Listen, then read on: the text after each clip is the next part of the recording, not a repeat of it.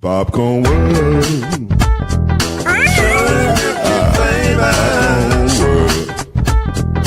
Popcorn World.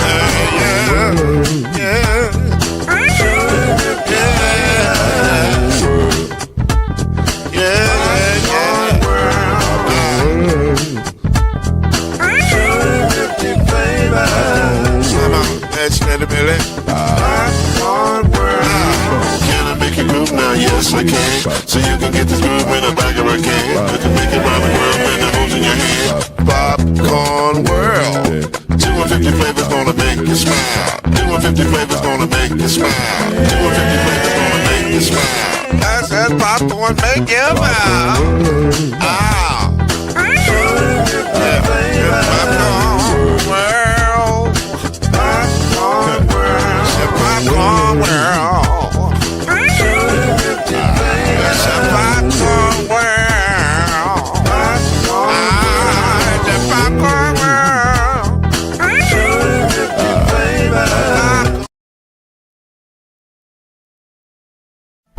Scoop and y'all, we got it. Scoop and y'all, we got it. Scoop and y'all, we got it. Scoop and y'all, we got it. Scoop and y'all, we got it. Scoop and y'all, we got it.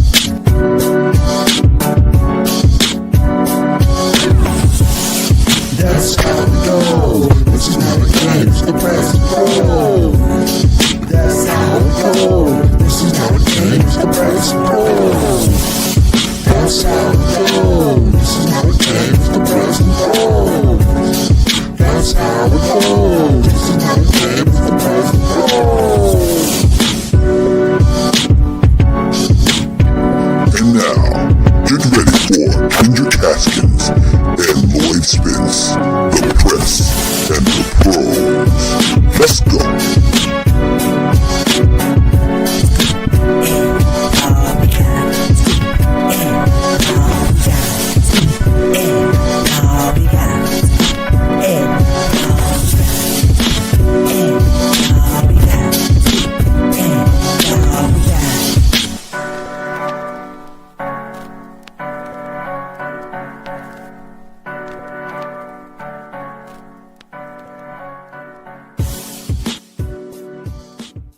Fresh off a salmon croquet experience from the kitchen. We do it all here at Noise Media. We're not just limited to, podcasted movies and TV stuff. We do everything. Salmon croquettes in the morning. We cook salmon croquettes in the morning. Sometimes we got to do that. That's part of what we do. So we're here. We're ready to go. The coffee's ready. The most important thing for me this morning is this cup of coffee. And this gentleman over here to my TV right. Is that right? TV right? Yes. Yeah. TV okay, right. I got it right. Yes. Yeah. TV right. Okay. He is the great Kendrick Haskins. I'm Lloyd Spence. This is Press and Pros.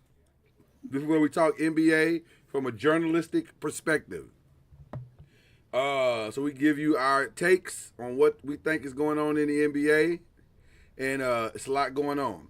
There's actually some very disturbing things going on in the NBA, but not really in the NBA right now.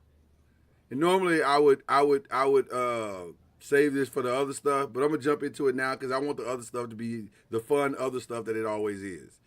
Are you familiar with this Pat Bev story? I saw he got arrested, but I didn't. So you got the story. So apparently, this is a strange story. So Pat Bev has a little. The Pat Bev story is weird. You don't say. I know. It's strange that a Pat Bev story would be strange, tongue in cheek. So apparently, Pat Bev has a 13-year-old sister. I don't know if she lives with him. I don't know if she lives in a house with her own mama. I don't know what the deal is. But anyway, Pat Bev goes to see said sister's with an 18-year-old boy. It is late in the midnight hour, and God is not turning things around.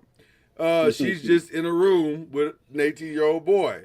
Things are happening in this room. Pat is stunned to see his 13-year-old sister in a room with an 18-year-old boy. This is where the story gets weird. her version of the story, and I believe the reason why he was arrested is that Pat came into the room and started choking her. That's her version of the story. He came in angry that the boy was there and started taking out physical violence on her. Now, that's what TMZ is saying, and maybe that's even what the police report is currently saying. This is my humble take as a journalist and also as a father. In the words of my pastor, I don't believe these motherfuckers. Because if you come home or if you go to your mom's house and see your 13-year-old sister at midnight with an 18-year-old dude and they're doing things, your first response as a man ain't to choke the girl. Right. So, and Pat did say, don't believe everything you hear. He loves his sister. Matter of fact, I actually have his tweet here. Let me pull it up so we can read it together. Where's it at? Here it is right here. Pat Bev has no criminal record. He cares deeply about his little sister, a young lady, a minor. Given that when he unexpectedly found her alone in the home with an 18-year-old man in the middle of the night, he was understandably concerned, as any brother would be about his sister. However, we don't believe what followed. Excuse me. What followed happened the way it's been described, and we look forward to the opportunity to address that in court. If I had to guess, Pat probably snatched him up, snatched her up, separated them, said, "What the are you doing? Blah, blah, blah, blah, blah." Ran him out the house. She mad. She may have, now, depending on where their relationship is, she calls 911, tells them her version of what happened. Pat's arrested. Yeah. It seems like the 18-year-old gentleman should be worried regardless of what happened between Pat Bev and whoever. That is also part of this story. He's 18 and adult, and she's a 13-year-old minor. So it seems like the 18-year-old has more to worry about than anybody. Well, that was the part that was like, it feels like being skipped over. I'm like, are we just going to ignore the fact that that's why I don't, right. Which is why, one of the reasons why I don't believe her version of the story. Because I'm saying, I could see a disgruntled 13-year-old child who can't get her way and is living off of Pat Bev's situation. I can see her making this claim, depending on where their relationship is, right? Because the fact that you snuck an 18-year-old dude in the room, by the way, not saying that the dude did actually, quote unquote, raped her, but because 9 times out of 10 it was probably consensual. Yeah, probably. It's consensual, but regardless. But that doesn't matter 13, when you. It doesn't matter in the eye of the law. Nothing to, and it could even be a thing like her and Pat Bev's relationship could be fine. It's just at that age, you think you in love, right? And she's defending her man. That's what it feels like to me, and which by the way, further makes me know that I don't think this happened the way that it happened. Because if she thought in her mind that the right decision was to call the police and tell them that she was with an 18-year-old boy, that tells me right there that this situation is not playing out the way that you think it is. So, because why would you, if you know you with an 18-year-old dude and you're 13, why would you be calling the police? Your boyfriend's going to jail. Because she's 13. Exactly. She doesn't understand that. Exactly. Now you understand how I got here. So I choose to wait until further things. Now, could Pat have overreacted? That's very possible. I don't. He probably did, bro. He probably reacted like any other grown man would act if he sees this 13-year-old girl in there with any boy, let alone a boy that's 18. And depending on the degrees of what he saw, That's what would generate the depth of the reaction. Right. Like, if they're just sitting there playing PlayStation, you're mad, but you're not violent. But if I got a feeling it was more than. That's all I'm saying, Kendrick. That's all I'm saying, brother. That's all I'm saying. Let's stall Pat out for a minute. We can stall him. I'll stall him out because I just grace. saw that he got arrested. I hadn't heard the details of the story. Yeah. Give him some grace. I think it's gonna all kind of work itself out. I think this probably will end up going away, but not for the 18-year-old. He's probably going to go to jail. Yeah, it depends. He doesn't know that yet. Yeah. Right. He doesn't know that yet, but he's probably going to jail. Mm-hmm. Or at least, at minimum, he may get labeled as a sex offender. He doesn't know that yet. Now, they may cut everybody grace and walk away from this as a misunderstanding. Right. On. They could. That's possible. That is very possible. But my only problem with this, and by the way, we are, unlike a lot of places, we're going to keep you abreast of this story. Because I like to keep the same intensity for the cleanup as I did for the reveal. Mm-hmm. Whereas a lot of people just want to give you the reveal, get the clicks for that, and then they move on. And then he gets exonerated, but his reputation is trashed. We'll keep you posted. I'm gonna wait on the story though. That's just what I wanted to bring up, and that's why I reported it, because I don't. We get vilified for so many things already. Mm-hmm. I don't want us to get vilified for things that we actually didn't do. Right. So there you go. All right. Now we can go on with the rest of the show. Headlines and hot takes. Other than that, your boy came back last night. He did.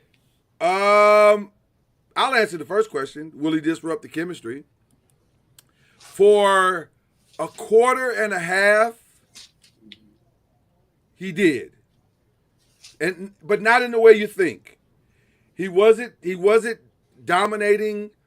He wasn't overbearing. He was just trying to see what he's supposed to do. Right. He's figuring out, getting his sea legs, all that stuff. Getting his sea legs under him and the whole thing. And smartly, J.J. Redick didn't overuse him in the first half. He kind of was like, okay, play you these 4, play you this 6. That's all we need for you in the first half. But you saw it in the second half. I think that's part of that is where Redick's experience as a player kicked in and knew how to get him in there, get him his minutes, let him get his legs and all that stuff, and without overdoing it. That's where being a player comes in and handy as a head coach. Of the things I underestimated about J.J. Redick, that is the thing that I think I underestimated the most, because it is not normally the knowledge base of a player is not normally this high coming out of playing, going to coaching. Normally the learning curve is greater than what we see in JJ. JJ is a really smart dude. Like he's a really, and it makes sense. He went to Duke. Right. He's a smart dude. And he also has, and it's the thing that actually kind of just hit me since we were sitting here, that he has that a lot of people don't. As a former player, he has both sides of the spectrum. He was a super mega star at Duke. Yes. Yes. I mean, a superstar who can relate to what the superstar goes through both on and off the court. And then when he got to the NBA, he was, I mean, no disrespect, but he was more of a role player than he was anything. 100%. He wasn't a star. He was a role player. He was a shooter. But he has the spectrum of that as well. He has the both spectrum of being up here as a star and as being here as the role player, a key role player. I don't want to disrespect the man's career, but even he wasn't a superstar in the NBA. So he has the aspect of both of those. So I think he can probably connect with his players on a level that no one can, because like I said, he's experienced both sides of it. There is no one on that bench that he doesn't understand. Right. Not one player. And that is, and you see that in the way they respond to him, because they respond to him in a way like, oh, coach gets it. JJ gets it. He understands where we're at. He understands if he's telling me to do this, he's probably right. And I'm telling you, it was the Jazz. So as a Laker fan, you're not going to be like falling apart over top. We're not going to do that. But if that is the chemistry that is going to be developed, and we can plug in a still very highly functioning LeBron James, it gets interesting. Now, I will say this, and this is going to sound crazy to say, given the fact that they're playing really, really well as a whole. They're still a player away. They're more than one. I don't know if they're more than one. I don't know if they're more than one. I think because the big Jackson Hayes seems to be starting to get it, which I like. Aiden seems to be getting more comfortable, which I love. You still need another 3D guy because you need a 3D guy because you still. I mean, we gotta be honest. He's 41 years old. There's going to be defensive lapses with LeBron. Well, not only just that, but you also leave. Let's be. You said let's be honest. We're gonna be honest. Luka is playing better defense. Austin is playing better defense. They're still not great. Still not defenders. elite, right? Right. And they're still not elite defenders, right? And Jackson Hayes is a guy that I've always liked. That I felt like if he gets it, or even if he's just in the right system, I think he could really be a player. I think he's more of an up and down guy, more than what the Lakers are going to do at this stage. But I do think he's a player that could really help them if he could develop into, coming off the bench, get you 11 and 8 every night. Yeah. That would be 11 and 8 and a couple blocks. As he got springs, he's got lively legs. I think he could be a huge asset for them going forward. But I still think they're another player or two away. Because I don't trust DeAndre Ayton for 82 games. And that's fair. Because we haven't seen him do. We haven't seen it in a long time. So yes, that's fully fair. But I think there was an interesting moment last night in the game. I think it was like the second or third quarter where Jackson went up over three guys, snatched down the rebound. You can do that. And went up with intensity. And I was like, if you're that, then we don't have to go get anybody. If you're going to be that every night, then we don't got to go get nobody. Just be that. Yes. Because Aiden doesn't have that yet. He ain't going to get it. Right. But Aiden is more fluid, And Jackson is the athletic big. He reminds me of a little bit of Gafford. And so, that's what they're coaching him to be. They're coaching him to be a better version of Gafford if he can be that. So we'll see. But not a bad start. LeBron kind of calmed my concerns last night because I was like, is he going to come out and try to be like LeBron again, or is he going to just fit in? And last night he fit in.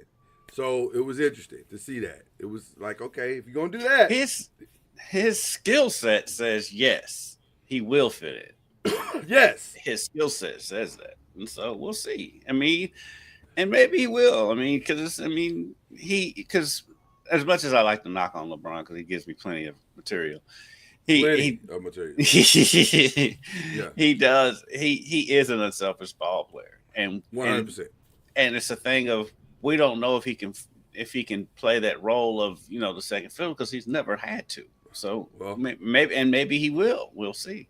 This is new territory. We're all learning on the fly, but so far the experiment is going well. The skill set suggests that he can. Skill set says that. Unlike other places where it's not going well. But the rumors are very strong right now. So allegedly, and I've seen no reports out of Dallas, which by the way, they wouldn't tell us. So, whatever. But I've seen enough reporting that I trust that says Mark Cuban is now back in not the driver's seat, but he is like the substitute bus driver for the Mavs right now as they look for a GM, but also as they plan for their future. And their situation is just weird. It's weird. It's very weird. It's very funny. Weird situation. He's no longer the majority owner of the team, but he's still kind of like the face of the team and the ownership, without question. And like now he's back in a decision making role. I don't understand What's happening here? Well, if you didn't understand that, this next part's going to really mess you up, because what I'm hearing from many sources that I trust is that he's saying AD and Clay ain't it. We need to build around Cooper and Kyrie, and everything else is on the table. Now, let me say this. I don't know if I see what he's saying. I definitely see what he's saying. I just think for what you did to bail on it this fast seems a little aggressive. But also, I can also see what freeing up that AD money and the Clay money could do for the bigger thing. So now, here's the problem I'm having with what you're saying. Everybody's seeing Clay play, and everybody's seeing AD play. So who you selling these two people to? I mean, you could probably sell Clay back to Golden State. I think they would probably take him back and just, It's interesting as an that you would say that, appreciation. sir. Interesting that you would say that, sir, because I thought a different thing. I said, you know what? As crazy as this might sound, AD's perfect for Golden State. Absolutely. Yeah, right after I said that, I had that same thought. Yeah. It's exactly what they need. Plug, play, now we have a championship roster. Because they don't have a legitimate... Go ahead. But who does hold Golden State to have to trade for those two? Kuminga? Let's solve... Right. Let's solve our other problem. We don't want to pay Kuminga anyway. But I don't think that's not a balanced trade for the Mavericks. Now, of course, there's a new football every day, but I think I would trade Kuminga and probably Moody as well. Because here's the reality: if you're Golden State, you're not ready for rebuild yet anyway. That might be Moody, Kuminga. Yep. What's the little guard, Pazinski, that they really like? Ooh, that feels like an overpay at that point. It feels like overpay at that point. But, I mean, if you're Dallas, though, you want that much back for AD because you gave up Luka for him. Well, listen, you can't save the Luka trade on us if I'm the Warriors. Like, that's your problem. They ain't got nothing to do with us. Yeah, but what we can give you is we can give you a quality starter in Kuminga, a quality bench player in Moody, and a draft pick or two, and first and second round or whatever, and y'all can start your rebuild process. And by the way, I think that would be a nice running partner for Cooper Flag. Kuminga at power forward, Cooper at small forward / guard, big guard, or two guard, whatever. Now you got Kyrie at the point guard for a couple of more years, while you train another point guard coming up through the draft. That's not a bad roster. That's not a bad roster, and you save a ton of money. If I'm the Mavericks, I don't do that deal without either Pazinski or. Yeah, I think Pazinski's got to be in there. Maybe either him or Buddy Hield. You're not getting Buddy Hield. I'm not doing. Then we should stop talking because I'm not doing it with that for that. I need AD or I want AD. I don't need AD. We're gonna be competitive without AD. Or do you throw in Horford? Throw in Horford, Kuminga, and Moody for AD and Klay Thompson. Not for AD. I need to keep Horford because. What about Will Richard? Oh, yeah, you can have Will Richard tomorrow. Yeah, you can have that tomorrow. I got to keep the core guys that I know because all I'm trying to do if you're the Warriors is to maximize this 3-year window. That's it. Now I get what you're saying on the Warriors side. I'm thinking about on the Mavs side. You want more. Well, now if you're the Mavs, you are going to ask for it. You're not going to get it, but you got to ask. Mm-hmm. Yeah, you got to ask. You got to say, well, give us, whatever. You can, hell, you ask for Jimmy Butler if you can get it. You're not getting it, but you got to ask, right?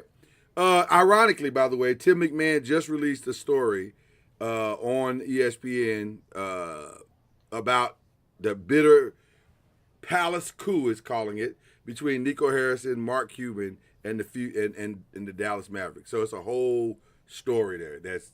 This thing is about to get really nasty, I think, because I think AD will not finish. I'm almost convinced now that AD will not finish the season in a Mavericks uniform. I think if they don't find a trade partner for Clay, they will buy him out, and that'll be that.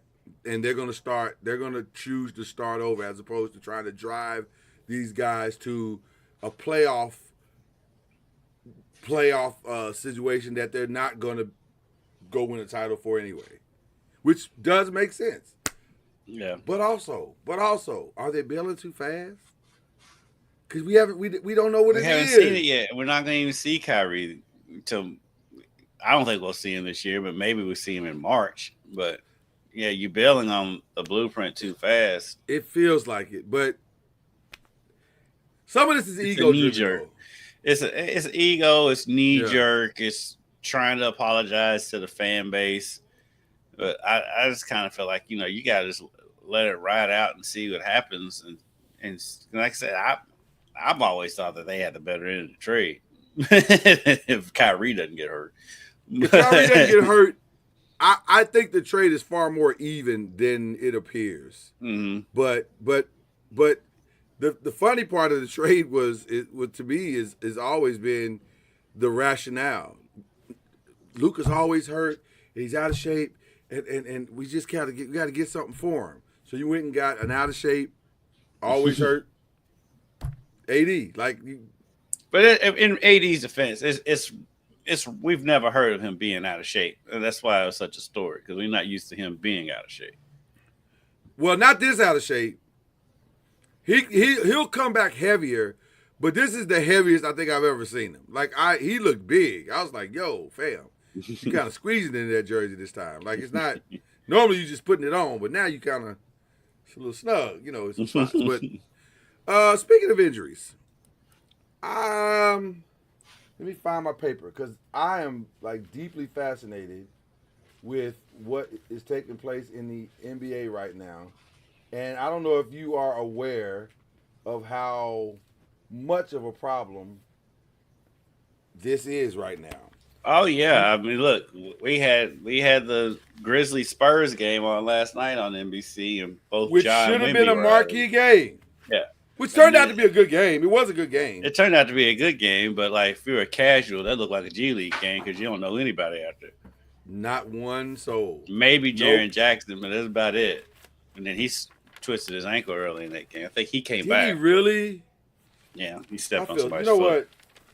Free Jaren Jackson. I'm pretty sure he came back. He came back, but regardless, I mean, if you're a casual, now you're a diehard NBA fan, yeah, it was fine. Yeah. But I was going to read the list because I have to find it. I wrote down a list of the people that are hurt right now in the NBA. Well, Wemby and Ja.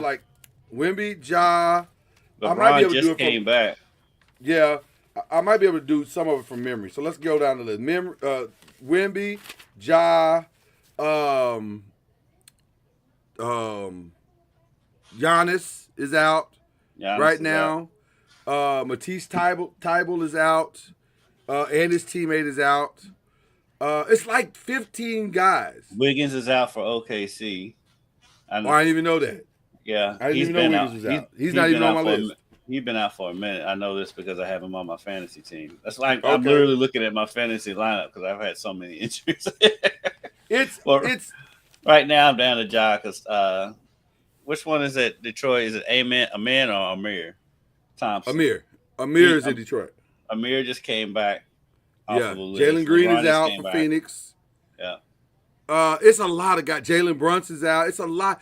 So my point of bringing it up is this.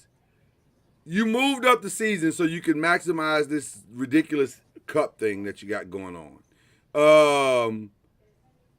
But so why are you playing all these back-to-backs?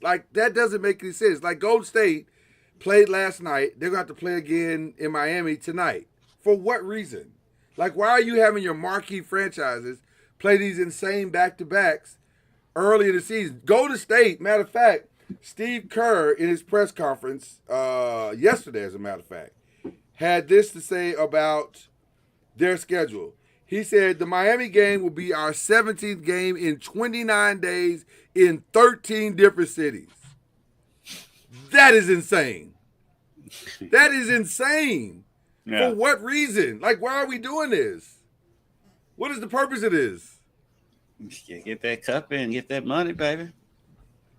It's crazy. It's crazy. It's crazy. I still don't understand how the scheduling works with the cup, but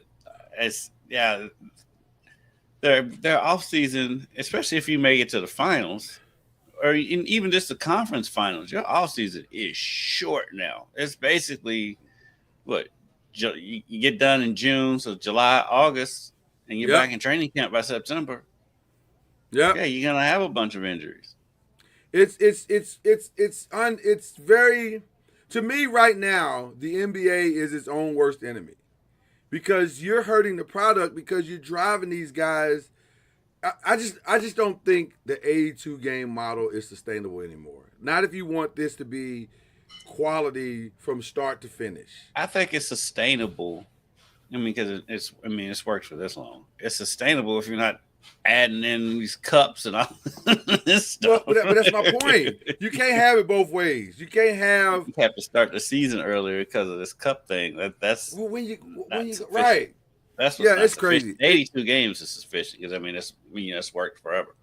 But they're never gonna play less games. We can just forget that. But they're not gonna do that. You're right. I think they should play around 65 in the beginning from the get. That's what I think. Yeah. But they're never gonna do that. But I think having to start the season and include this weird cup that nobody understands, and I'm not totally against the cup. I do think it's kind of cool. But it's not awful, but it's not necessary. It's confusing. It's not necessary, and right.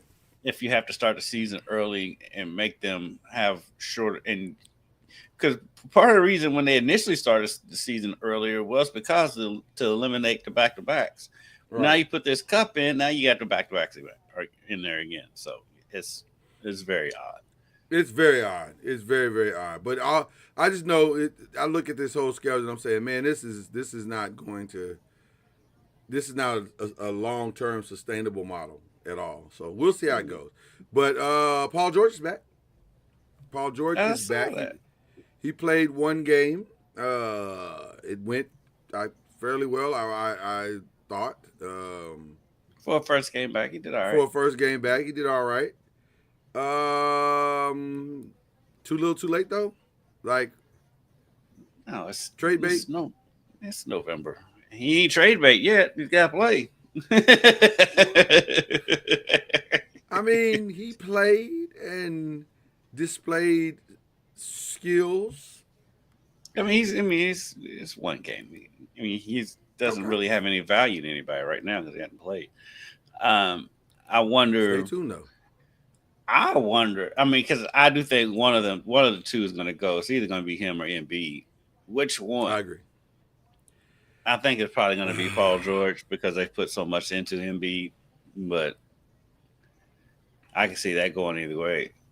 Honestly, if I'm being totally honest, I'd get rid of both of them. Well, you're already in a rebuild anyway. And you've already got your core. You look like you probably have a core backcourt, and so I'd trade both of them and build for the future because you're going to have Maxey for at least another 10, 15 years. So I think the hope would be that they could find a trade partner for both of them, but that's really hard to do. Mm-hmm. Where's your Brooklyn Nets if you're the Philadelphia 76ers where you can get rid of KG and Paul Pierce? Well, Brooklyn is. The only thing with Brooklyn, you know what I'm saying though? Yeah, it's the only thing if you're trading with Brooklyn, they ain't got nothing to send back. Well, I guess what I mean is I'm not speaking specifically about Brooklyn. I'm just you're not. That was a sucker trade. No. You mean he's a sucker. I'm like, well, Brooklyn's still right. Brooklyn's always going to be in that ilk between them and Charlotte and Washington. Right. Yeah, well, maybe those are your suckers. Maybe those you got to call them and say, "How about this?" How about this, my brother? The only thing is like Washington's probably got the most that you would want. What does Washington have? I don't even know what they have. They got Who's that on their rookie. roster? They got the second-year guy. Hold on. Let's pull up Washington as we discuss this very improbable situation. Washington is running out there a starting lineup of C.J. McCollum, free C.J. Chris Middleton could be interesting.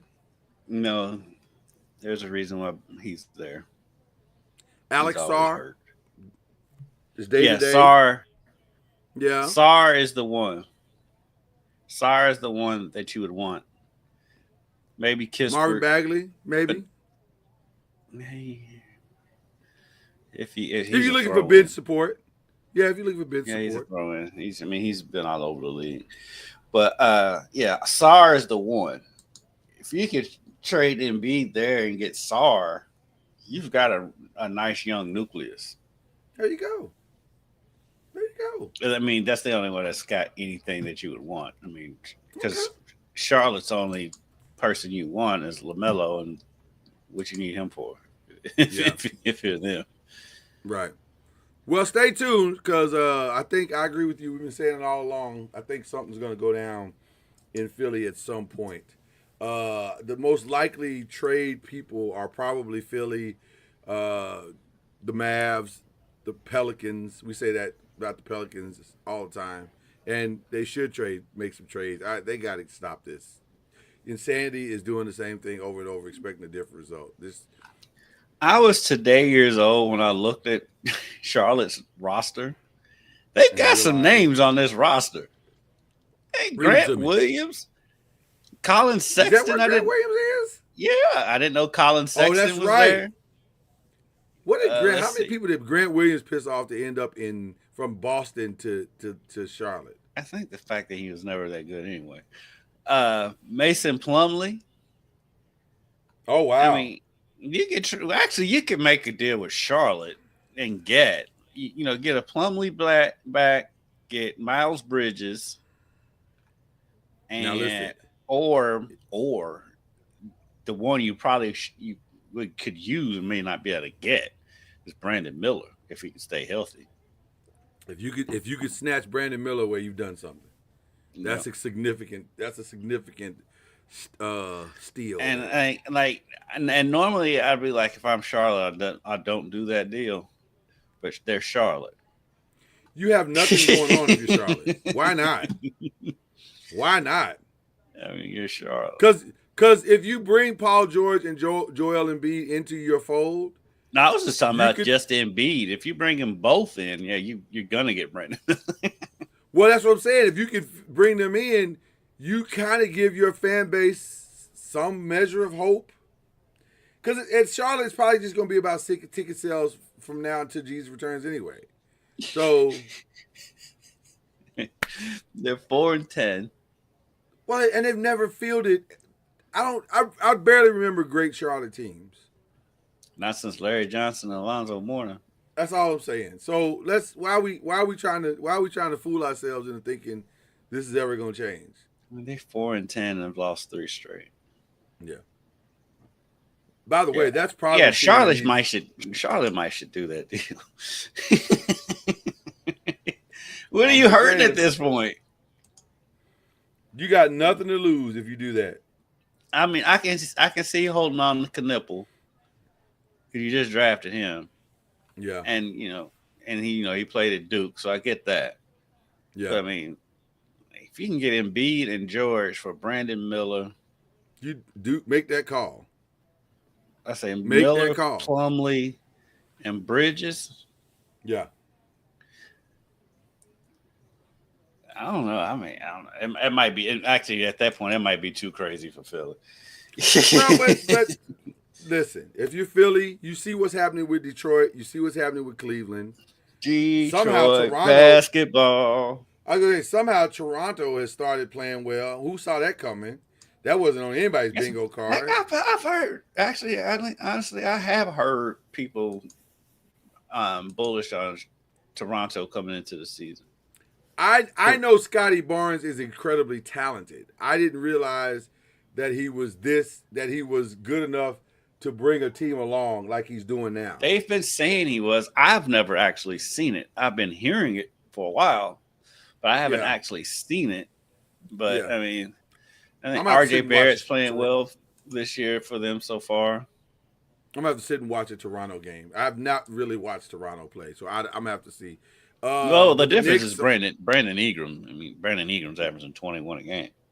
Yeah. Oh well, listen. One thing that Brandon Ingram is gonna do, he gonna give you a bucket. He might give you. You got a bucket getter out there. Yeah, and he's the new Carmelo. And he does remind kind of. I mean, Scotty Barnes. I mean, he's averaging 19.7 rebounds and 5 assists a game. And so there you go. Plus, Brandon is happy now. He's got his new girlfriend, Glorilla or somebody. Yeah, who it is? Yes. I don't know why she makes that noise, but that's her noise. So there you go. But yeah, Detroit's first in the conference, followed by Cleveland, Toronto, New York, Philly, Atlanta. In the play-in spot, if it was starting today, it'd be Miami, the Bulls, the Celtics at number 9, and surprisingly, the Orlando Magic. The surprise team in there. Much slower start than you thought. The Magic just, I don't. I think after this year, they'll have to if they don't do much more this year, they're gonna have to make a move. I think. Well, you got to figure out what you want to be. Hadn't really worked out so far. Not yet. He's shooting career lows across the board. Miami is actually surprising me that they're as high as competitive. They've been very competitive. They played well. I still feel like they need a move or two. Well, let's be clear. We're very early in the season, and the space between the first spot and the 10th spot is only 2 games. So yeah, but Miami does have some good wins. I know they beat the Knicks the other night, even though Brunson. They do. Or did they lose that game? They won it. I think they won that game. Man, I think if I'm not mistaken, I think they won that game. And then I think they beat Golden State too. So they will probably beat Golden State tonight. Because if Golden State is follows the blueprint that they've been following, they're probably going to sit Steph tonight. And Al Horford is already said he's not playing back-to-backs. Yeah, they won. They lost last. Well, hold on. Here we go. So they beat the Knicks the other night after they lost. They had lost to the Knicks and lost to the Cavs. They had a weird schedule. So they played a home and home with the Cavs and home with the Knicks in their last 4 games. That is very weird. I mean, they got wins over the Trailblazers. They beat the Clippers by a point. They got a couple wins over the Knicks. So yeah, they've played better than I anticipated. They're right there. You know, now what's really interesting is that in the 11th spot is the Milwaukee Bucks. I can't figure them out. Oh yes, you can. You know exactly what they are. They're Giannis and a bunch of dudes. They're Giannis and a bunch of dudes doing a thing. and that's what they're going to be until they decide to make some decisions. And which decision is that you're hoping for?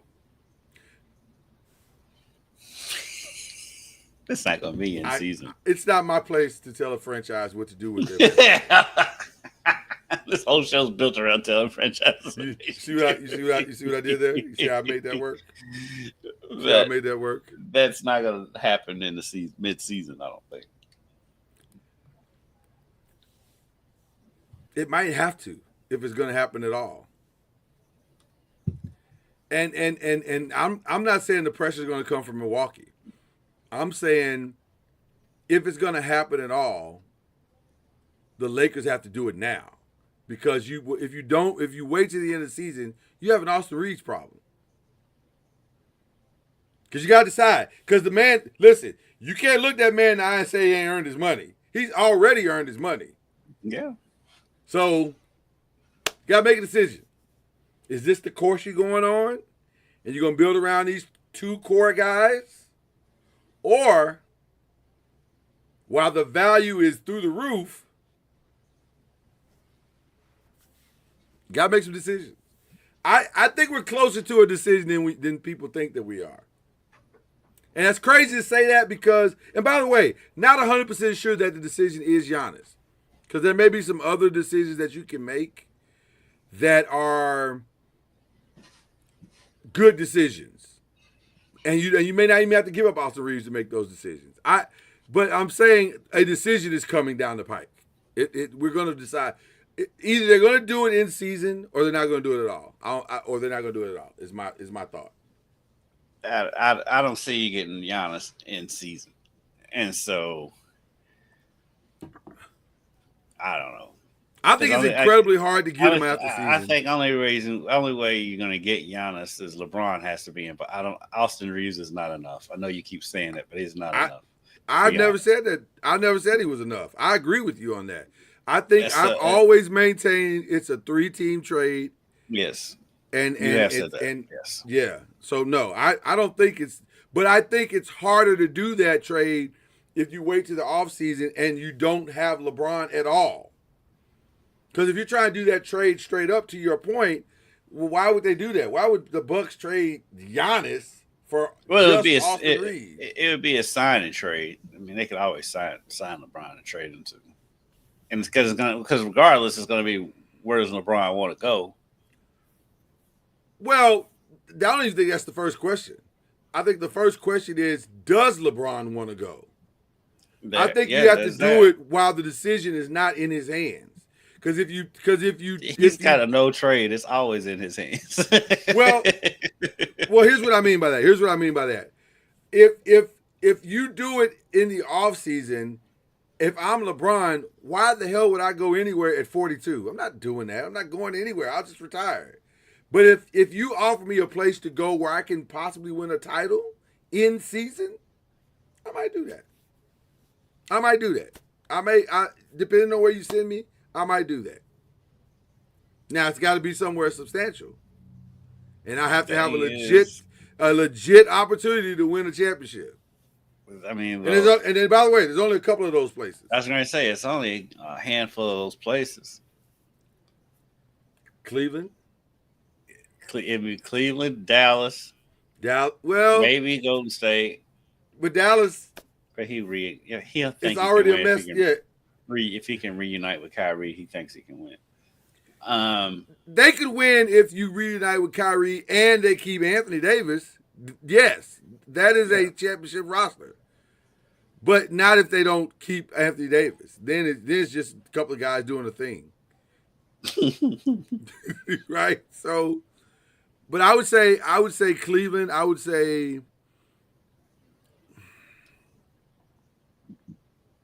maybe Golden State. Orlando would be very interesting,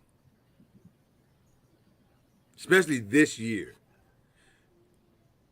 Oh, him and Ben Carroll's games are so similar, though.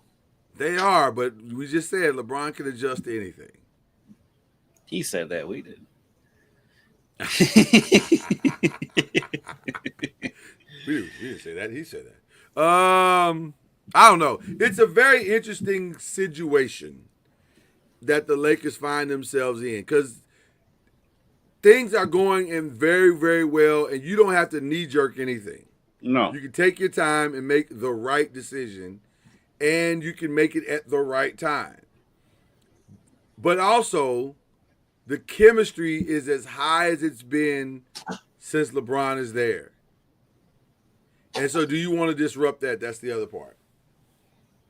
So they're in a very, very interesting place. As we head over to the West, Oklahoma City is just, they got a phenomenal head start right now. Denver. I'm impressed by OKC because they came in hungry. It's easy for them to come in and be bored because we've seen it, but no, they're not. I think they definitely want to prove that last year wasn't a fluke, and they play like that. They're playing like they still play with a chip on their shoulder, which is yeah. They're saying we are that good. We're going to be doing it again. Denver is playing well. They're the 2 seed right now. Houston playing surprisingly well, despite the fact they do not have a point guard. Now. I have not seen Houston's schedule. Have you seen it? No. Okay. So I don't know who they've beaten to get to this 9-3 schedule. They've beaten a quality Orlando team, but they played Portland, Washington, Milwaukee, Memphis, Dallas, Boston, Toronto, Brooklyn. Well, Jesus, that's not a sign of good things to come. Because they've beaten teams that they should beat. But their losses, OKC, Detroit, San Antonio. So the teams that are good, they have not beaten. They've only beaten one, dare I say, good team, which is Orlando. And we don't really know how good Orlando is. And were they at full strength? Right. So I don't know. They may not be. Well, they beat the Raptors by 18. Yeah, and the Raptors seem to be good. They seem to be okay. So it's gonna be interesting to see what they do. If I had to guess, tonight. We'll see tonight. They play the Cavs tonight. Yeah, we'll see how the Spurs weather the storm without Wemby and without Castle. By the way, Castle is balling, bro. You can't hard got to go out to the Spurs because De'Aaron Fox been hurt all season. He finally gets back. Now Wemby's out, and they still ain't played together. It's crazy. Yeah. It's crazy right now. Minnesota's playing fine. I mean, I don't know what they are. Fine. Yeah, Phoenix is playing better than expected, probably. Golden State is playing old. Yeah, well, they'll have a good stretch and then they'll go back and then regress. Yes, I think where they are right now is probably where they're going to finish this season. They're on the right side of 500 though, and that's where I think they probably want to be. They want to be on the right side of 500. The Clippers, that Bradley Beal thing is just Jesus, man. This is why what are you Clippers? Let's just blow it up. What are we doing? Like, what are we? Free James Harden is what I want to say. Free James Harden. He does not deserve this. Let's think of possible landing spots for James Harden. The best one would be Houston. I think. Yep. He doesn't have to. Because it immediately makes your offense more fluid and your defense better. Because now Amen Thompson can go back to his real position. Yeah, true. Yeah. That would be just I a like plug Houston. And play. Yeah. Now maybe they don't the want Raptors to trade him. Gives them that extra little punch. I can't see James Harden playing in Toronto though. No, he wouldn't want to move his family up there, and I don't know. Him and Drake don't get along either. So that why start? They don't. Beef if you don't they don't. I don't know about all that. I don't think so. I think they got beef. But then who does Drake not have beef with? Toronto's interesting to me though. I think he would be a good piece for them. I don't know how it worked, but I think it would be good. Because how good is Emmanuel Quickly for them? Is he doing his thing? He's playing. No, he's doing his thing. He is. I was just looking at it. I know Grady Dick. They're putting a lot of stock in Grady Dick right now. Grady Dick's balling. I didn't mean to say that. If you hadn't said anything, I wouldn't even heard it. But when you said it, I was like, oh, yeah, I hear it now. I hear it. As soon as I said it, I heard it. Yeah, Grady Dick is he's getting them. That is maybe the most unfortunate last name. Yeah. Ever. Well, he's only averaging 7 a game. I thought he was averaging more than that. Well, Emmanuel Quickly is getting them 15 points and 6 assists. He's the least team in assists and is fourth in scoring. So yeah. Okay. Well, I don't know. I where's a good landing spot for him? Could he bring Orlando together finally? Because one thing that I'm noticing about James, offenses tend to run a little bit smoother when he's running them. Because like the Clippers are a hot mess now. They'd be far worse than that if he wasn't there. That which brings in the question: who would Orlando be able to give them Jalen Suggs. Just do it straight up. And I think you'd have to trade one of the Wagners too. And the Wagner? I gotta give up a Wagner? For James Harden? Yes. Why can't I just give you a bunch? Why can't I just give you a bunch of pigs? I don't want to give up two Wagner. A Wagner. Well, for given the Clippers' state of affairs off the court, they don't want picks. Well, you're right. The best They thing might, for them though. to do is not have picks. They might though, because they may have to give up them other. Well, I don't know. They don't have any other picks. So That's right. To They minimize, don't have no pigs. to minimize their punishment. That's really because the only punishment you can really do is take away picks. If they don't have any picks to take away, and fine, yeah, and fine. You can stall it out. Oh boy, they just in a weird place. The Clippers are teetering on being back to the old Clippers. Yeah. Have they ever really left the old Clippers? I mean, well, they had a playoff run. They've been competitive like 2 years. They 3 years longer than that. They were in the Western Conference Finals. Chris Paul was once in Lob City. Once is one more time that they've been in it before. The Clippers to the Lakers are the little brother that's been on drugs for a long time. But there was a point in time, not that long ago, where the Clippers were better than the Lakers. Hey, the Clippers are the little brother that's been on drugs a long time. You're like, I know he keeps saying he's getting his life together. I got it.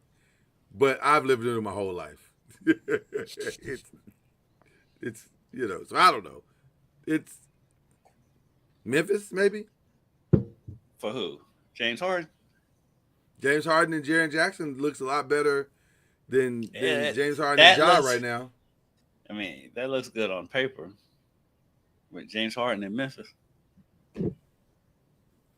There's no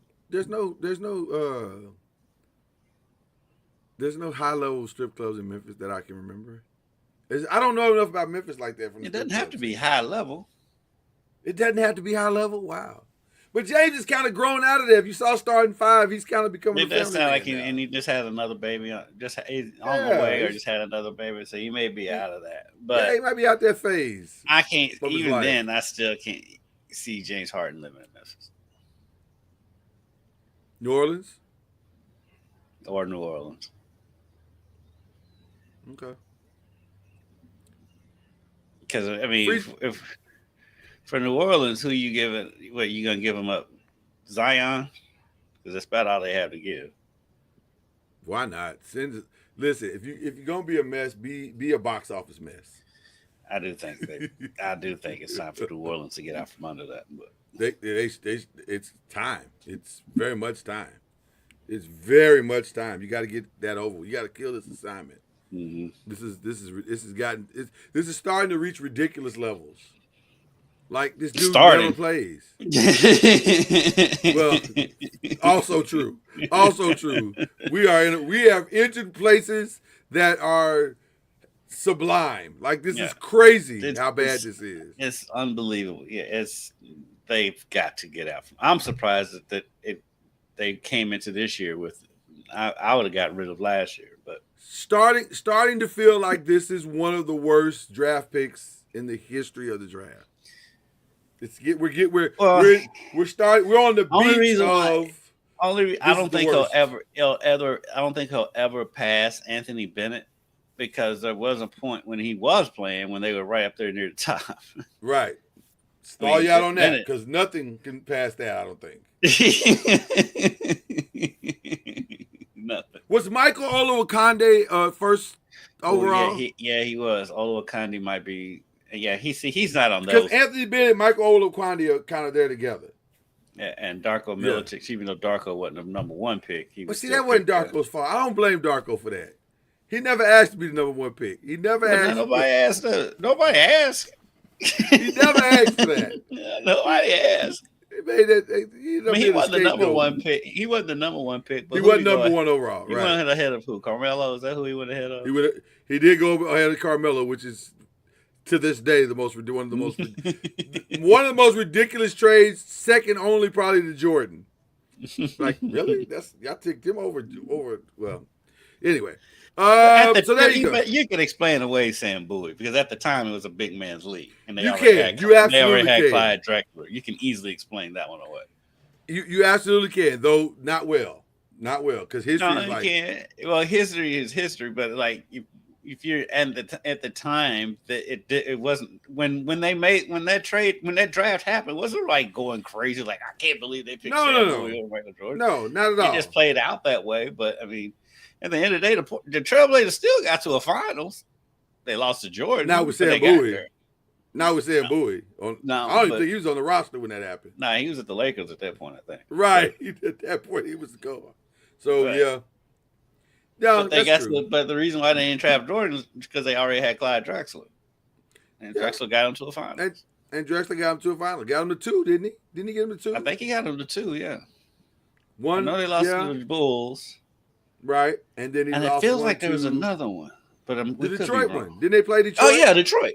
Yeah, they played Detroit. He got to 2 finals. Yeah. So that wasn't a bad thing. It wasn't as bad as people make it sound. No. Just because Jordan ended up being the GOAT. But I mean, at the time, it did make sense for them to draft Sam. 100%. All right. Let's go to some other stuff. I like other stuff. Let's go to some other stuff. I want to address the elephant in the room because we probably want to. We may address it tomorrow if Charlie comes on, but I want to do it here because I think it's appropriate here. I want to make a public apology. I did this on the 5 yesterday. I want to do it again.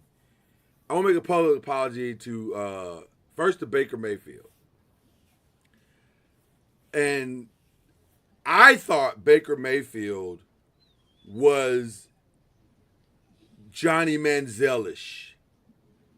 And so on my mind, when he went to the Browns, I'm thinking, bro, you just like Johnny Manziel. You've got this wildness. And da. That's not what happened. It's not what happened. Now we're starting to see what happened. Quite possibly, the Browns may be the worst organization in all of sports. Yeah. All of sports. And I don't know when it's ever going to end.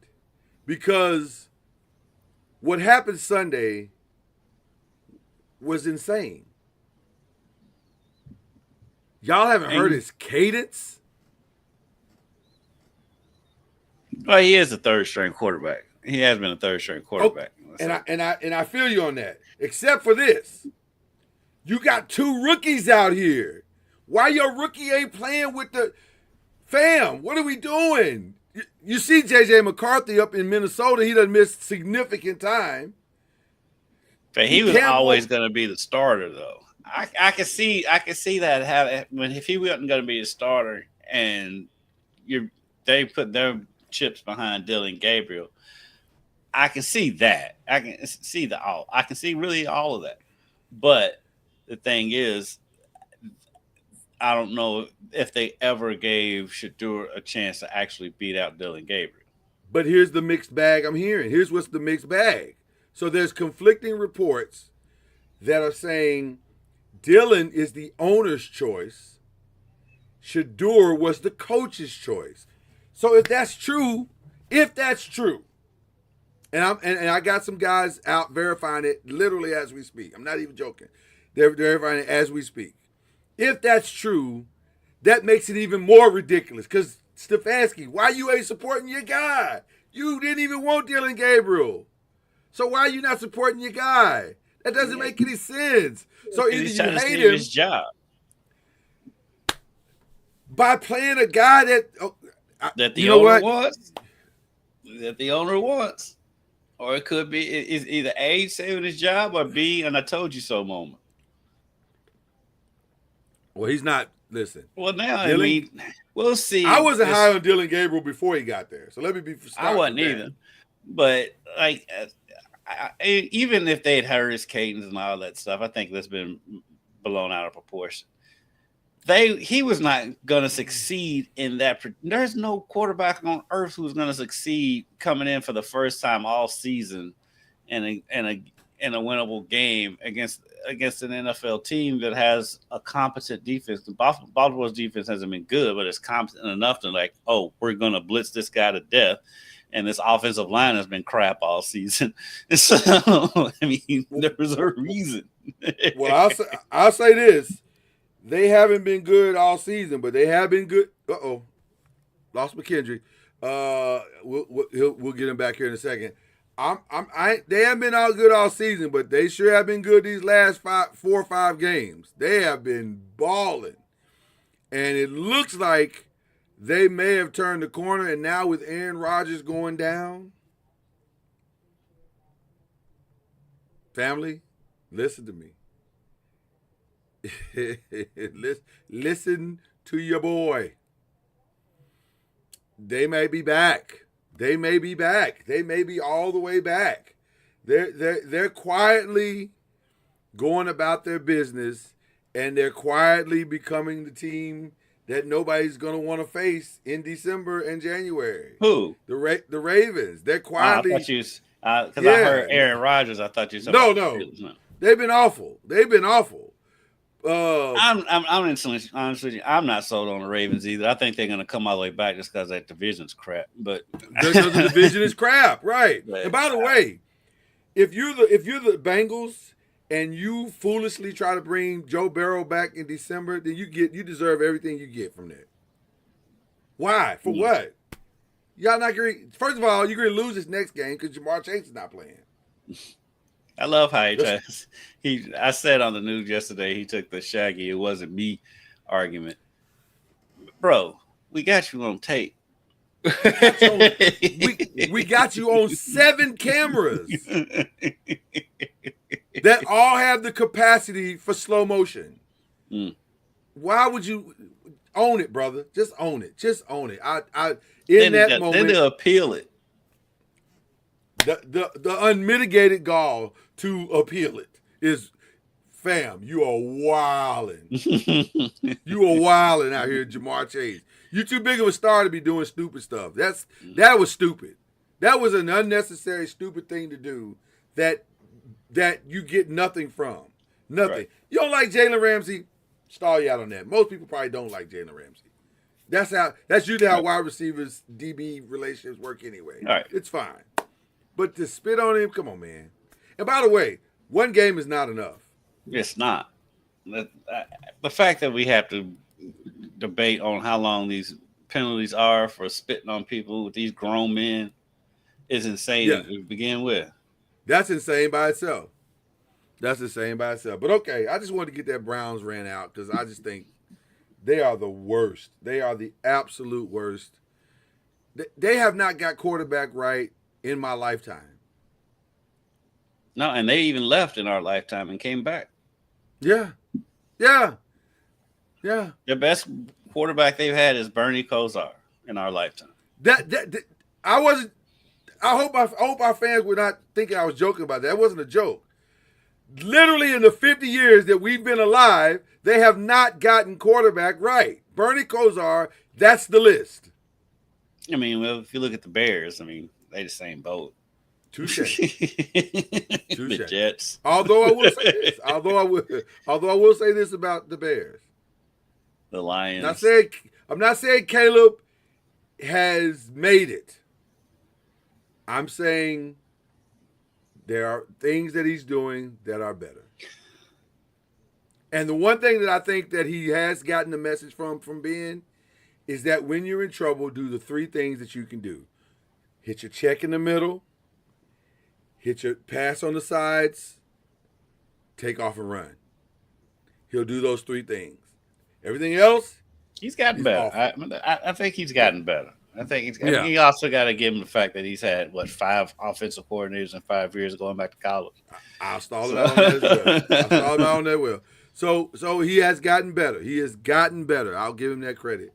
But yes, the Bears, the Jets. Oh my God, the Jets. But the one thing I love about what the Jets doing, at least they're giving Aaron a chance. They're not saying, it's all your fault. You can't coach. They're not. But I think, and the players legit play for him. They're just not good. They are. They're playing. They're fighting for him. That's they fight for him. They're just not good at football. No, they are not good at the football. Absolutely not. Raiders. Absolutely not. Steph shocked the world. left Under Armour.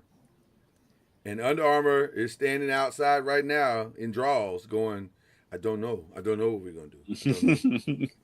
I looked at the roster of Under Armour.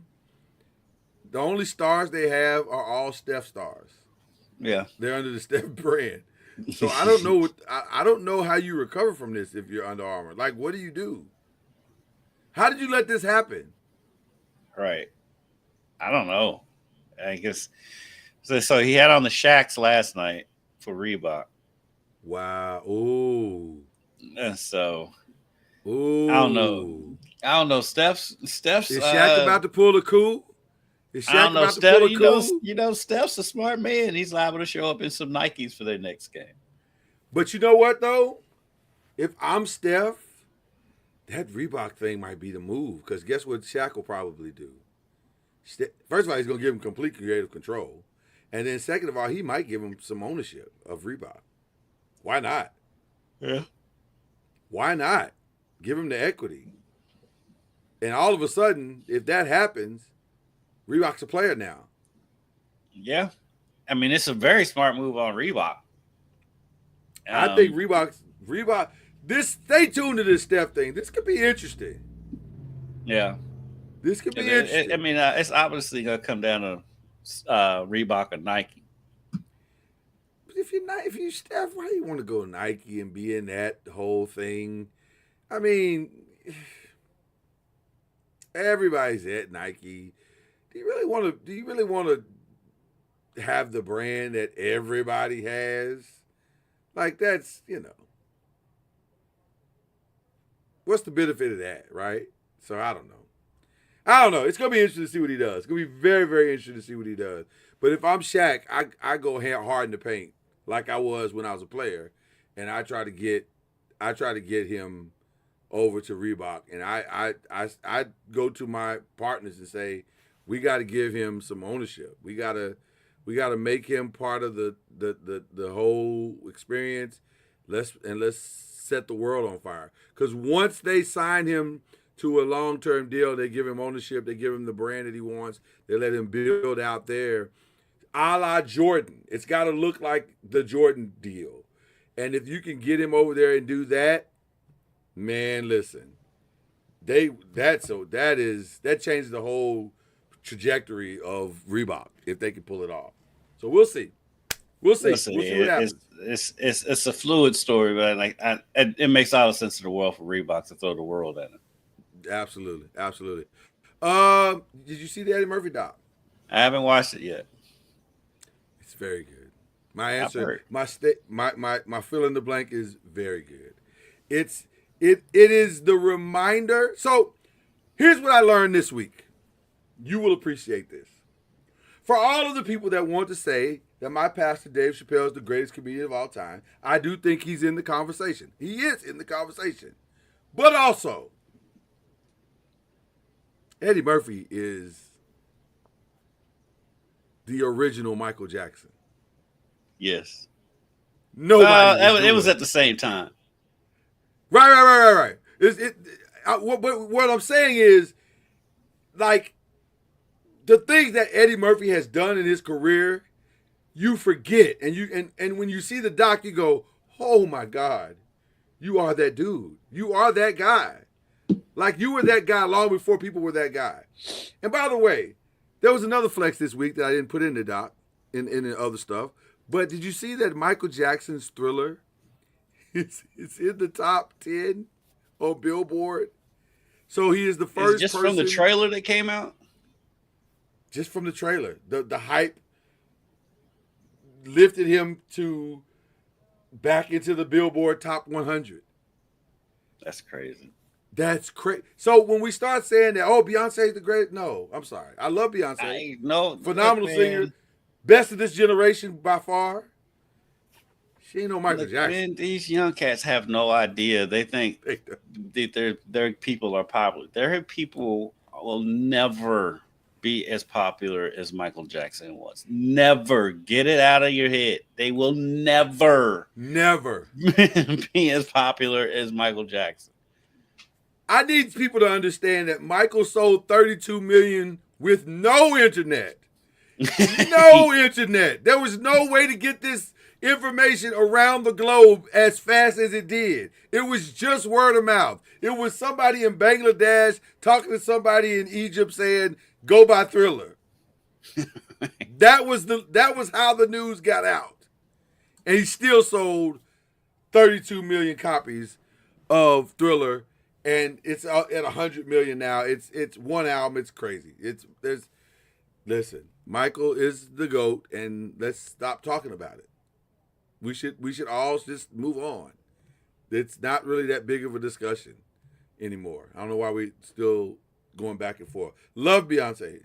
And I don't even hear Beyonce doing that. I want to be fair, too, because I don't hear Beyonce, I don't hear her out here saying she's better than Michael Jackson.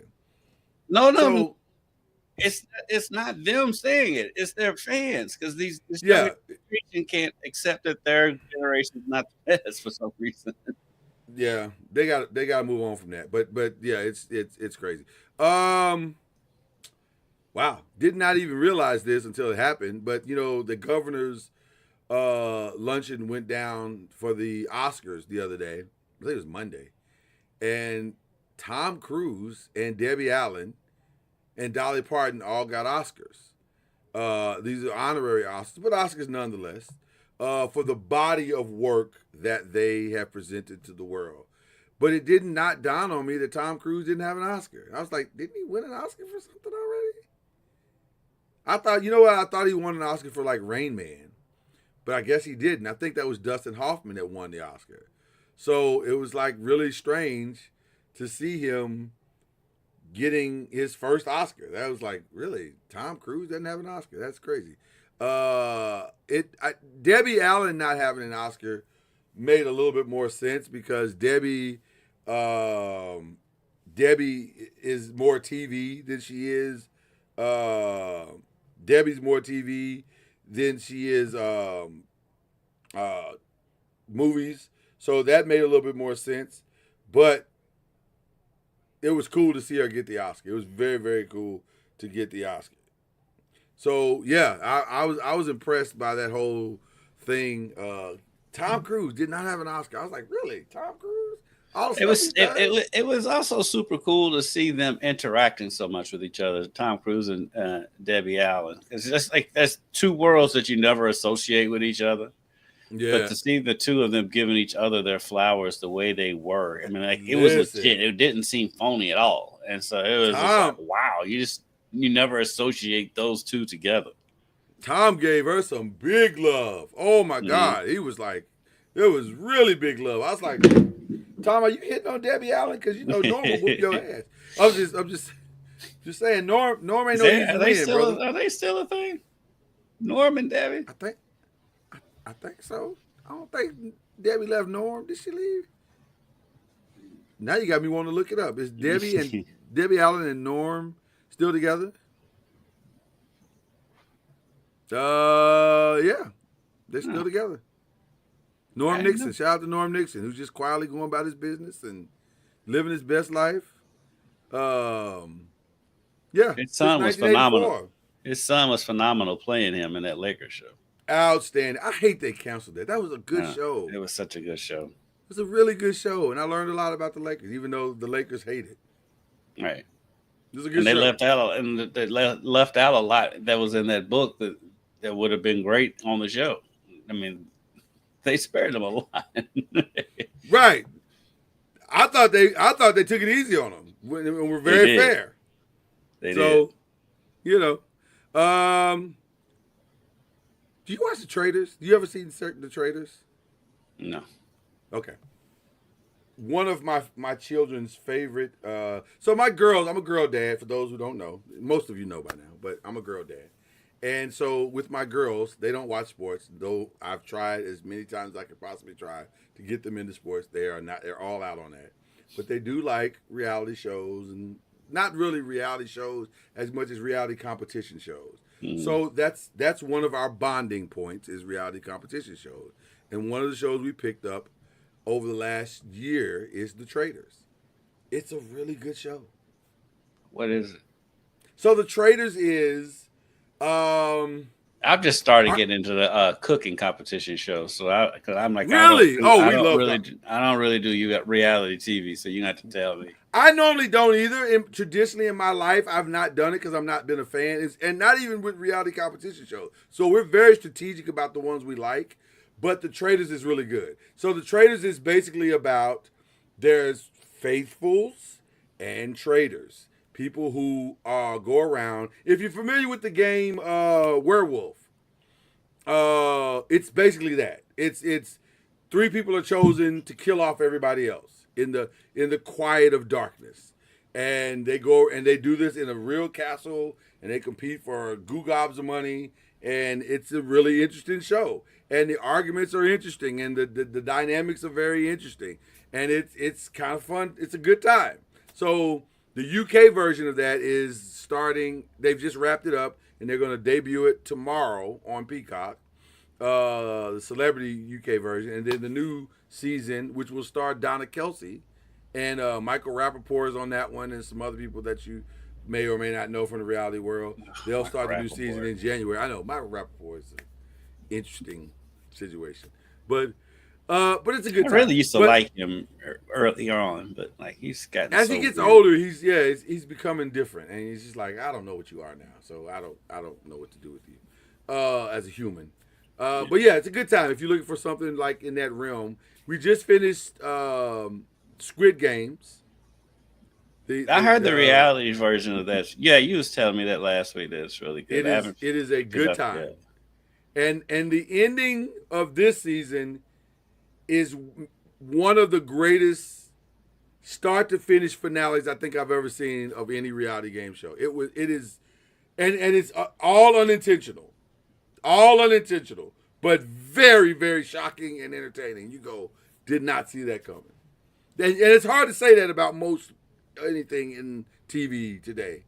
I didn't see that coming. But this, I can honestly say, I didn't see any of that coming. I would not have predicted that in any way, form, or fashion. I tell you, a good show for that is Only Murders in the Building. That show is good. I've heard that's a very good show. Oh, that show is awesome. That's one show that I can get Kristen to watch, and we've watched every episode of that. And it's some seasons you can kind of figure out the murderer relatively early on. That sometimes you can't, and the writing is phenomenal. Martin Short is hilarious in this show. This past season, because Martin Short is probably been the funniest one in every season until this season. Steve Martin is so funny in the last. I love Steve Martin. in this last season of Only Murders. I mean, it's classic Steve Martin throughout the whole. I mean, it's classic Steve Martin the whole time. It was just even funnier in this past season. Yeah. Well, speaking of murder stuff, one of my favorite series, Knives Out, will be back next month. Cannot wait. Do you watch Knives Out? I haven't watched that either. Oh, it's so good. If you like Only Murders, Knives Out is a good time. Knives Out. It's on Peacock, right? No, it's on Netflix, and the first 2 movies are already out, so you can go watch those. I remember the movies. Yeah, phenomenal. Just a good time. Just unpredictable. Daniel Craig is brilliant. To me, it's his best stuff. It's what he does. He was born to do this, and he even has a believable Mississippi accent. Like, dude, you really can act. Like, you really got skills. So. That's the stuff that I'm watching when I'm not watching sports, because I only watch sports and, like you said, that type of stuff. I love the. I don't know how you can have time to watch all that. I record everything. I don't watch. I know, but you still have to sit down and watch it though. Well, if you know anything about me, I work late into the midnight hour. Like I'm up most nights late. And so I'll just put something on, and it's playing in the background. Like a friend of mine suggested another series to me this week called The Madness. That started Coleman Domingo. Got to be honest with you, the first 4 episodes were good. The last 4, I was so angry at him for suggesting this to me. I didn't know what to do. It's like, oh my God, this is how it ends. I invested 8 hours of my life for this, but But I'll throw. I'm here for a good time. So you throw something on. If you give me something I've that been I watching. like, so I've been watching Tulsa King. It's I've funnier than I heard thought. I didn't it's realize it was funnier than funny. you thought. It was Yeah, I didn't funnier than you realize it thought. was Okay. funny. Yeah. Sylvester Stallone's hilarious in that show. My wife loves Tulsa King. Loves Tulsa King. She says I need to get into it. Yeah. My only problem is my wife has suggested a lot of things to me that we were supposed to watch, and then I end up watching it, and she's not watching it. Oh yeah, that's how it works around here too. So I'm very, I'm really big fan of Landman. I'm glad it's back. Okay. They're doing the one episode a week thing, so I'm just gonna wait because I don't like to wait. Yeah, When I get into it, I want to watch, and so I'm gonna wait. Yeah. No, I won't wait till it's all the way over, but I'll wait till it's like a good 3 or 4 episodes in. Yeah, we're deep in. We're down the road. That's a phenomenal show. Landman is okay. All right. Yep. All right. There are some actors and actresses that make smart choices. Billy Bob Thornton is one of those actors. So typically when he shows up somewhere, he has my attention because I'm like, okay, if he's doing this, it's probably decent at best.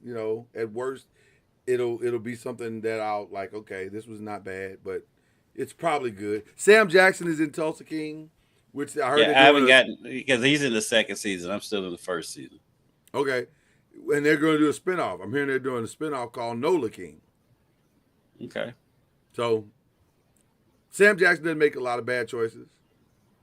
So there you go. All right. Did I miss anything? Did you miss anything? No. I think we mean, the covered a lot Cowboys today. won, but yeah, we've covered a lot. You know what? I was really impressed with the way they handled that game. Now, this week will be different because this will be a home game, and this will be the first time that I guess they're in the locker room on game day, and I just wonder how that's gonna feel. But they handled the reality on the road very well. And it helped that it was the Raiders because they're awful. That helps a lot. They are so bad. They're bad. Bad, and it's so bad. And it's from the top down. I mean, yes, their offensive game plan of we're just going to throw the ball the whole time, and you can gash Dallas on the run, and you're throwing the ball 40 times with Geno Smith. I mean, what are you doing? Yeah, it didn't make any sense. Their game plan made no sense, but nothing the Raiders have done this season made sense. So it's fine. It's fine. They're on brand at least. We don't know what we're doing, and we're going to show that to you. We're going to display that to you in real time, in 4K, actually. All right. You got any shout-outs for Press Row? Not really. I mean, shout-outs to, I'm going to save that for tomorrow for the ACC show. So okay. Yeah, not really. Well, shout out to the Cowboys for bouncing back and with everything going on with the with the death of a teammate and everything, and maybe it'd be a rallying cry for the team. And they did look better. Of course, it's hard to gauge because it's the Raiders, but just shout out to my Cowboys. Here's irony at its finest. Are you ready for this? Breaking news from Adam Schefter just 3 minutes ago. The Browns quarterback Shedeur Sanders will start Sunday versus the Raiders. We knew that. You can't make this stuff up. That is about as poetic. The team that needed him is playing against the team that doesn't want him. Right. You can't make this stuff up. That's brilliant. So shout out to the Browns and the Raiders for the drama. We appreciate it. They do not need to put that game on television. I don't think it will be. If anybody has any TV. good sense. It's on CBS. That game will be on CBS, dude. All games are on national TV. Or we don't need to do that. We don't need to put it on for everybody to watch. Like the fans of the city, maybe, but not everybody. Yeah, no, that's what I mean. I mean, it's in the regions. Every game. Now I'll watch because I like a good train wreck. This is clearly this got train wreck. I don't like nothing. I don't like nothing that much. If they come up on Red Zone, I'll see. By the way, shout out to that DB in the Miami Dolphins game on Sunday in overtime because he absolutely saved Mike McDonald's job. Mike McDonald, I am McDaniel. 1,000 McDaniels. I'm sorry. I am 1,000% convinced he would have been fired Monday had they lost. They already said they're not going to fire him until during the season. They're not going to. You would have had to fire him. It was so egregious. What he did in that game was so egregious to not kick that field goal and take the lead with 30 seconds left in that game. That's a fireable offense. That's the same reason Brian Daboll just got fired. That's not the same reason. No, Daboll gave up lead after lead after lead after lead after lead. Well, that's true. That's so. God, that's so true, isn't it? That is my reality right now with my team, isn't it? But yeah, it was. I think he would have gotten fired. I really do think he would have gotten fired. But shout out to that DB. That'll be my shout out until tomorrow. So, and shout out to our guy Charlie, who's. I know we're going to shout them out again tomorrow, but they played better. They're getting better. They're playing better. They're buying in. Slowly but surely, they're buying in.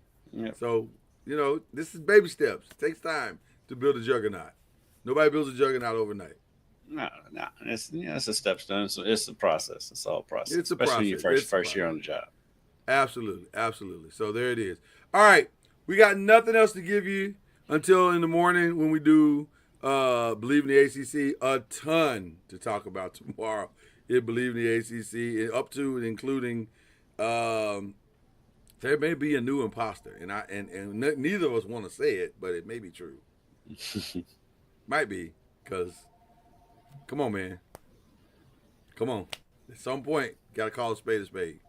So tomorrow on Believe in the ACC. Until then, that's Kendrick Cassidy. This is Lloyd Spence. We're out of here. Y'all, we got it. Scoop Ed. Y'all, we got it. Scoop Ed. Y'all, we got it. Scoop Ed. Y'all, we got it. Scoop Ed. Y'all, we got it. Scoop Ed. Y'all, we got it.